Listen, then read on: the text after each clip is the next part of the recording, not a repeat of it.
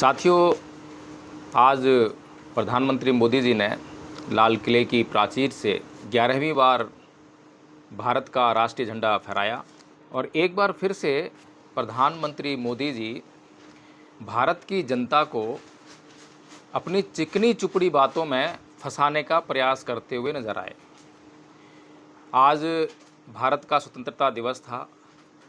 भारत के स्वतंत्रता दिवस पर क्या बोलना चाहिए, भारत के प्रधानमंत्री की दृष्टि से कैसा भाषण होना चाहिए, ये मैं सोचने पे आज बहुत मजबूर हुआ। मैं सोचने लगा कि भारत का प्रधानमंत्री और भारत की आज़ादी पर राष्ट्र को संबोधित कर रहा है, राष्ट्र को संबोधित कर रहा है, अपने जाति के लोगों को संबोधित नहीं कर रहा है, अपनी पार्टी को संबोधित नहीं कर रहा है, ना ही आरएसएस को संबोधित कर रहा है।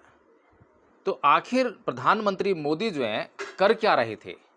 उनके पूरे भाषण को अगर कोई गौर से सुने तो ऐसा लगेगा जैसे कि प्रधानमंत्री मोदी जो हैं आज राष्ट्र को संबोधित नहीं कर रहे हैं, बल्कि अपने क्रियाकलापों की 14 साल की रिपोर्ट प्रस्तुत कर रहे हैं। जबकि भाषण तो हर साल होता है, हर साल लाल किले पर आते हैं और हर साल जो है राष्ट्र को संबोधित करते हैं।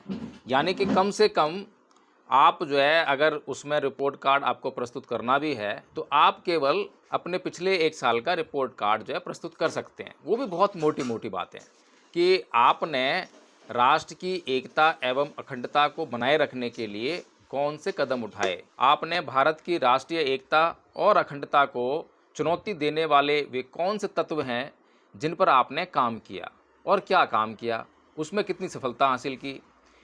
इन बातों का प्रधानमंत्री मोदी के पूरे भाषण में, जो कि पूरे 1 घंटा 3 मिनट तक जो है बोलते रहे और हम देख रहे थे कि भाषण के दौरान जनता परेशान थी। परेशान होना लाजमी है, गर्मी का मौसम है और गर्मी भी उमस भरी। तो ऐसे मौसम में और इतना बोरिंग भाषण वास्तव में देश की जनता को दुखी करने वाला हुआ। लेकिन चलो ठीक है, जनता पहुंची, जनता ने प्रधानमंत्री मोदी का भाषण सुनने का प्रयास किया, बहुत सुनने का प्रयास किया, लेकिन कितना ध्यान लगाए। बोरिंग भाषण तो बोरिंग होता है, उसमें कुछ भी ऐसा दिलचस्प नहीं है जो भारत के जनता जो कि प्रधानमंत्री मोदी को सुनने के लिए लाल किले पर पहुंची थी, प्रधानमंत्री मोदी से कनेक्ट भी हो पाती। और लगातार प्रधानमंत्री केवल एक ही राग कि मैं, मेरा, मैंने, कि मैं इस देश का प्रधानमंत्री हूँ, यह देश मेरा है और इस देश में जो भी अब तक विकास का कार्य किया है वो मैंने किया है। इसके अलावा उनके पूरे भाषण का निचोड़ जो है मुझे तो कुछ लगता नहीं कुछ दिखाई पड़े। भारत को एक राष्ट्र बनाने के लिए जो सबसे बड़ी चुनौती मुंह बाएं खड़ी है वो है सांप्रदायिकता। इस पर प्रधानमंत्री कुछ नहीं बोल रहे हैं, बोले भी तो गोल बोल कर गए, कुछ भी स्पष्ट रूप से बोले ही नहीं। भारत की राष्ट्रीय एकता और अखंडता को सुनिश्चित करने के लिए जो सबसे बाधक तत्व है वो है जातिवाद, उस पर प्रधानमंत्री बोले ही नहीं। प्रधानमंत्री देश में कितने बेरोजगार हैं, कितने किसान आत्महत्या करते हैं, कितने लोग भूखे सोते हैं, इन पर प्रधानमंत्री बिल्कुल नहीं बोले। प्रधानमंत्री का जो उद्देश्य था केवल देश को ये बताना कि मैं कितना सक्षम प्रधानमंत्री हूँ। अब तक 2014 तक जिन सरकारों ने इस देश पर राज किया वो कितनी नालायक थी। इस देश के राष्ट्र निर्माताओं को जब वो कोस चुके तब उन्होंने जो है अपनी रिपोर्ट कार्ड देना शुरू। भारत का स्वतंत्रता दिवस मना रहे हैं, भारत को स्वतंत्रता प्राप्त करने में इतना लंबा समय क्यों लगा, कि आखिर हमारा देश गुलाम हो कैसे गया। इतना विशाल देश गुलाम हो जाता है और गुलामी भी कोई छोटी मोटी गुलामी नहीं। अभी जिस स्वतंत्रता को हम मना रहे हैं, जिस आज़ादी को आज हम मना रहे हैं, वो तो केवल 200 साल की गुलामी थी अंग्रेज़ों की। उससे पहले जो मुग़लों का शासन है, लगभग 400-500 साल का शासन, उनकी गुलामी भारत को झेलनी पड़ी और अन्य आक्रमणकारियों ने भी भारत के विभिन्न प्रदेशों को गुलाम बनाया और उनकी गुलामी भी भारत को झेलनी पड़ी। तो प्रधानमंत्री को जो सबसे ज़्यादा फोकस करना चाहिए था वो उन तत्वों पर फोकस करना चाहिए था जिनकी वजह से इस देश को गुलामी सहन करनी पड़ी, लेकिन प्रधानमंत्री उन तत्वों का जिक्र भी नहीं करेंगे। प्रधानमंत्री देश को ये बताने का बिल्कुल भी काम नहीं करेंगे कि जातिवाद वो सबसे बड़ा तत्व था जिसकी वजह से भारत को गुलामी सहन करनी पड़ी। प्रधानमंत्री मोदी राष्ट्र को ये बिल्कुल भी नहीं बताएंगे कि आज भी जातिवाद वो बाधक तत्व है जो कि भारत को एक राष्ट्र बनने में बाधा पहुंचा रहा है। प्रधानमंत्री इस बात का बिल्कुल भी जिक्र नहीं करेंगे कि ये जो जातिवाद है ये ना तो मुसलमान धर्म में है, ना ईसाइयों में है, ना कहीं और है, बल्कि ये हिंदू धर्म की पैदाइश है। प्रधानमंत्री मोदी इस बात का बिल्कुल भी जिक्र नहीं करेंगे कि केवल बौद्ध धर्म ही एक ऐसा धर्म है जिसके कारण भारत को विश्व में विश्व गुरु का दर्जा मिला। प्रधानमंत्री मोदी इस दिन भारत के लोगों को भारत का सच्चा और गौरवान्वित करने वाला इतिहास बिल्कुल भी नहीं बताएंगे, उस पर चर्चा भी नहीं करेंगे। आज का जो भाषण था उसमें राष्ट्र के लिए क्या है वो आपको दूर दूर तक 1 घंटा 3 मिनट के भाषण में कहीं भी नहीं मिलेगा। राष्ट्रपति मोदी अपने भाषण में बात करते हैं स्त्रियों की आज़ादी की, बलात्कारों की और बलात्कारियों को सज़ा देने की। बलात्कारियों को सज़ा देते हुए वे कहते हैं कि मीडिया जो है जब किसी महिला का बलात्कार होता है तो बहुत लंबी चौड़ी रिपोर्ट्स प्रस्तुत करती है, बहुत ज़्यादा चर्चाएं होती हैं, लेकिन जब किसी बलात्कारी को सज़ा होती है, फांसी होती है, तब उसकी मीडिया बिल्कुल भी चर्चा नहीं करती है। प्रधानमंत्री मोदी से इस देश के लोगों को एक सवाल तो पूछना चाहिए, अब तक कितने बलात्कारियों को आपने आपके कार्यकाल में फांसी की सज़ा हुई है? बताना चाहिए प्रधानमंत्री मोदी जी को। सन 2014 से वो जो है इस देश पर शासन कर रहे हैं, 2024 चल रहा है, उसके स्वतंत्रता दिवस में आज आप झंडा फहरा रहे हैं, राष्ट्रीय झंडा आपने फहराया है, पूरे राष्ट्र की अस्मिता की जिम्मेदारी आपके ऊपर, आपके कंधों पर है, तो आपने इस देश की, इस राष्ट्र की अस्मिता को बचाने के लिए क्या किया? हाँ किया, बहुत कुछ किया। तो प्रधानमंत्री मोदी जब इस राष्ट्र की महिलाओं की अस्मिता की बात करते हैं, उन पर हो रहे बलात्कारों पर फांसी सज़ा देने की बात करते हैं, तो ऐसी ही सज़ा बिल्किस बानो, जिसके साथ में गुजरात में भीभत्स बलात्कार हुआ, उसके बच्चे की हत्या की गई, जब उसके अपराधियों को कानून से सज़ा मिली तो सज़ा पूरी होने से पहले ही प्रधानमंत्री मोदी के शासन में उनको जेल से रिहा करने के आदेश मिल गए। ये काम जो है प्रधानमंत्री मोदी ने किया, इस राष्ट्र के लिए किया, इस राष्ट्र की महिलाओं के लिए किया। फिर अभी हमने देखा विनेश फोगाट जो कितने दिनों तक जंतर मंतर पर इसलिए आंदोलन करती रही कि उसके साथ में जो उत्पीड़न की घटना हुई है, उस उत्पीड़न करने वाले ब्रजभूषण नाम के मोदी के मंत्री के खिलाफ कोई कार्रवाई नहीं हो रही है। इसलिए उस खिलाड़ी जिसने कि ओलंपिक में विश्व की नंबर 1 खिलाड़ी को पराजित करने का इतना बड़ा काम किया, उसके ऊपर प्रधानमंत्री मोदी एक शब्द नहीं बोलते हैं कि उन्होंने जो है ब्रजभूषण को कैसे बचाया, क्यों बचाया। ये एक मामला नहीं है, इसके अलावा वो क्या करते हैं, वो ये भी कहते हैं कि उन्हें परिवारवाद नहीं चाहिए, जातिवाद नहीं चाहिए। बात ठीक है, परिवारवाद देश के लिए घातक है, समाज के लिए घातक है, जातिवाद देश के लिए घातक है, समाज के लिए घातक है, लेकिन आपकी नीति क्या है? आपकी नीति जो अभी देखने को मिली, जिस प्रकार से उस ब्रजभूषण को आपने टिकट नहीं दिया लेकिन उसके बेटे को आपने टिकट दे दिया। इसी प्रकार की एक घटना और घटी जब प्रधानमंत्री मोदी की पार्टी के एक पदाधिकारी ने बहन कुमारी मायावती जी के ऊपर बहुत ही अभद्र भाषा का प्रयोग किया, तो भारतीय जनता पार्टी ने तुरंत एक्शन लेते हुए उस व्यक्ति को पार्टी से बाहर कर दिया। अच्छा लगा, बहुत अच्छा लगा। लेकिन उसके बाद क्या हुआ? उसको तो टिकट नहीं दिया, लेकिन उसकी बीवी को टिकट दे दिया। अब प्रधानमंत्री मोदी जी से भारत की आज़ादी के दिन एक सवाल तो बनता ही है कि भाई ये क्या है? ये जातिवाद नहीं है, ये परिवारवाद नहीं है, क्या इसे परिवारवाद नहीं कहेंगे?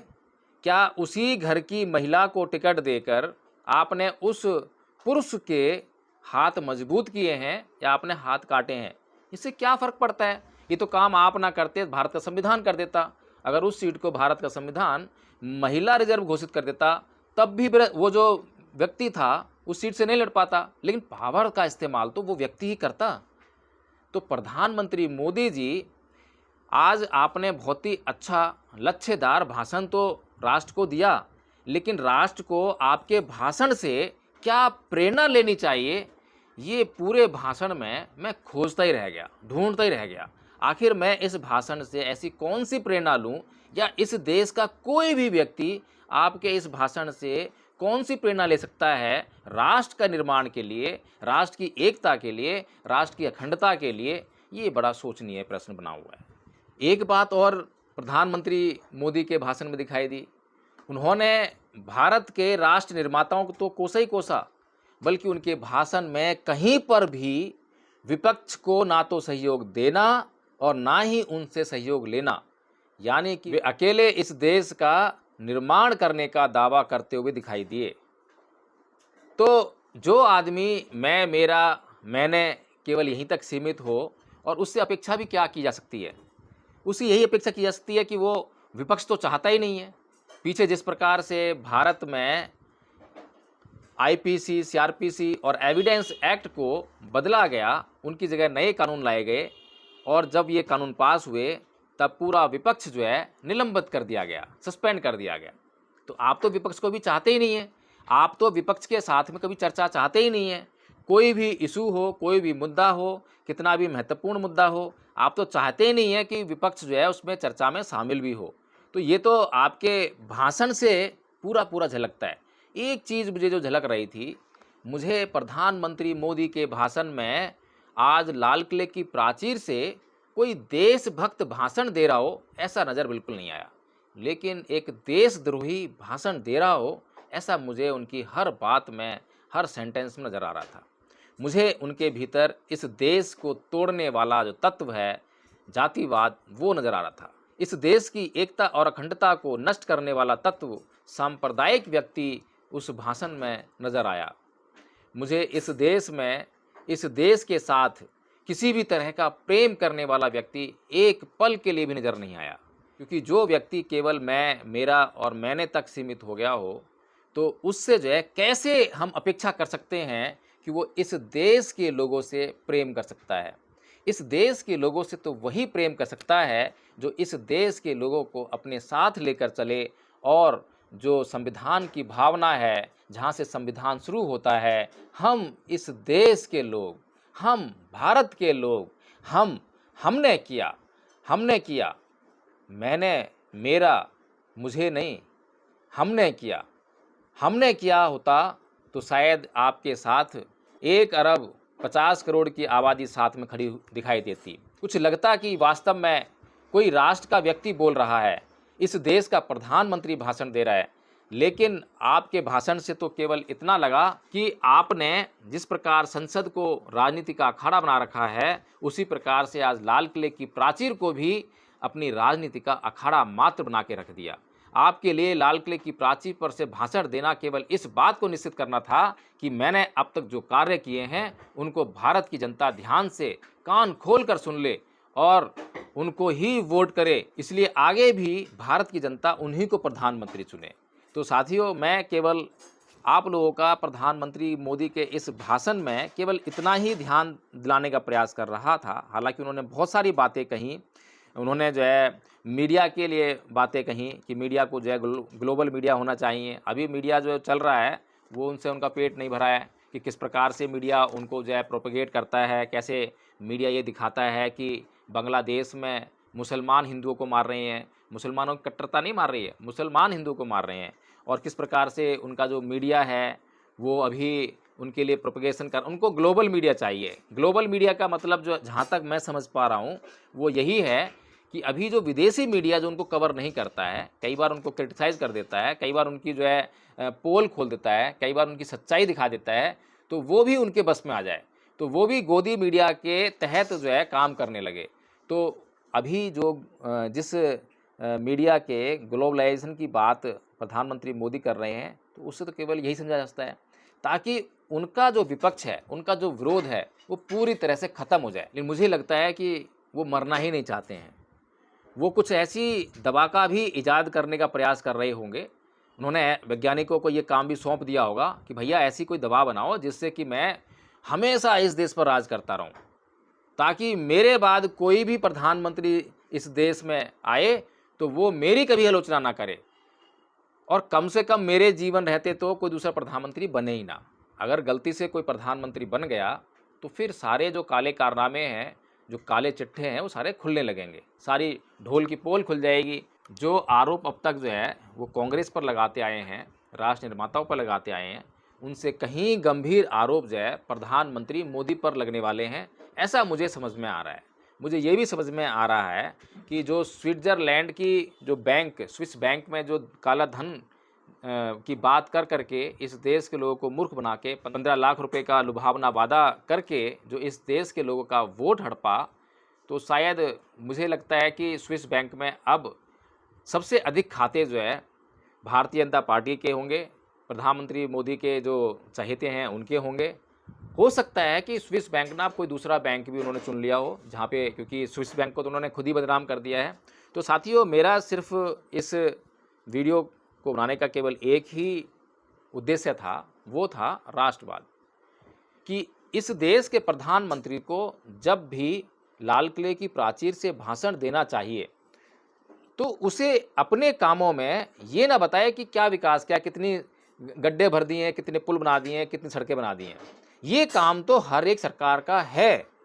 सबसे महत्वपूर्ण कार्य ये है कि जिन तत्वों की वजह से, जिन बातों की वजह से यह देश गुलाम बना, उन बातों पर कितना काम हुआ है। इस देश के लोगों को एकता और अखंडता के सूत्र में प्रोए रखने के लिए उन्होंने कौन सा काम किया है, ये महत्वपूर्ण बात है। और इस बात पर ही किसी भी प्रधानमंत्री को, किसी भी सरकार के प्रतिनिधि को इस दिन भाषण देना चाहिए, बात करनी चाहिए।